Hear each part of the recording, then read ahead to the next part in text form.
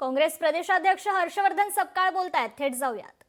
त्यामुळे आता नाईलाजानं कुठेतरी निवडणूक आयोग या दृष्टिकोनातून पुढे येत आहे. या निवडणूक आयोगाला वठणीवर आणण्याचं काम हे राहुल गांधींनी केलेलं आहे. आम्ही जातीनिहाय जनगणना करणार नाही असं वारंवार राष्ट्रीय स्वयंसेवक संघ आणि सरकार, मोदी सरकार हे सांगत असतानाही राहुल गांधींनी जातीनिहाय जनगणनाचा निर्णय घेण्याकरता केंद्रीय सरकारला जसं भाग पाडलंच, त्याचाच दुसरा भाग हा निवडणूक आयोगाला राहुल गांधी वठणीवर आल्याशिवाय राहणार नाही, याचेच असणारा आजची पत्रकार परिषद म्हणजे त्याचेच एक संकेत आहेत. फडणवीसांनी असं म्हटलं ज्यांची नोट चोरी बंद झाली ते आता वोट चोरीच्या नावाने ओरडत आहेत. कोण फडणवीसांनी म्हणाले. आता त्या फडणवीसांचा जो संताप आहे हा समजण्यासारखा आहे. कारण जो माणूस मतांच्या चोरीतून मुख्यमंत्री होतो आणि आता त्यांची चोरी पकडल्या गेल्यानंतर त्यांनी आता धचामा करण्याची त्यांची जी जुनी पद्धत आणि परंपरा आहे ती ते कायम ठेवणार आहे. त्यामुळे त्यांची जी चिडचिड आहे आणि त्यांचं वड्यावरचं वांग्यावर काढणं जे आहे हे समजून घेण्यासारखं आहे. जैन बोर्डिंगचा व्यवहार रद्द करण्यात आलेला आहे, कसं पाहतो? जैन बोर्डिंगचा व्यवहार रद्द करून चालणार नाही.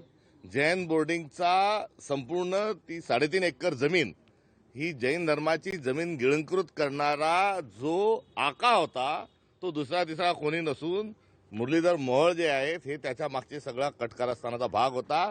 यांचा केंद्र सरकारमधून राजीनामा झाला पाहिजे. हा व्यवहार तर रद्द झालाच असता, आज नसता झाला तर उद्या झाला असता.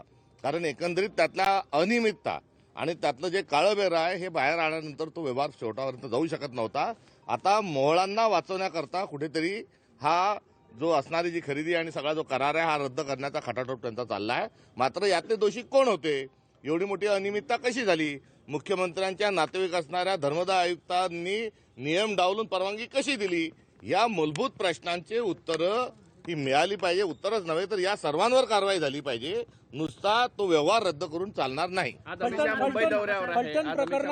फलटण प्रकरणामध्ये काल फडणवीसांनी क्लीन चिट दिलेली आहे माजी खासदारांना, तुम्ही निंबाळकर यांना. तुम्ही काँग्रेस कसं बघते याच्याकडे? त्यांच्या क्लीन चिटचा जो एकंदरीत प्रकार आहे आपण बघितला आहे की भाजप म्हणजे वॉशिंग मशीन आहे आणि त्यामध्ये कितीही काळंबेरं कोणी टाकला तरी ते लगेच ताबडतोबीनं स्वच्छ करून घेतात.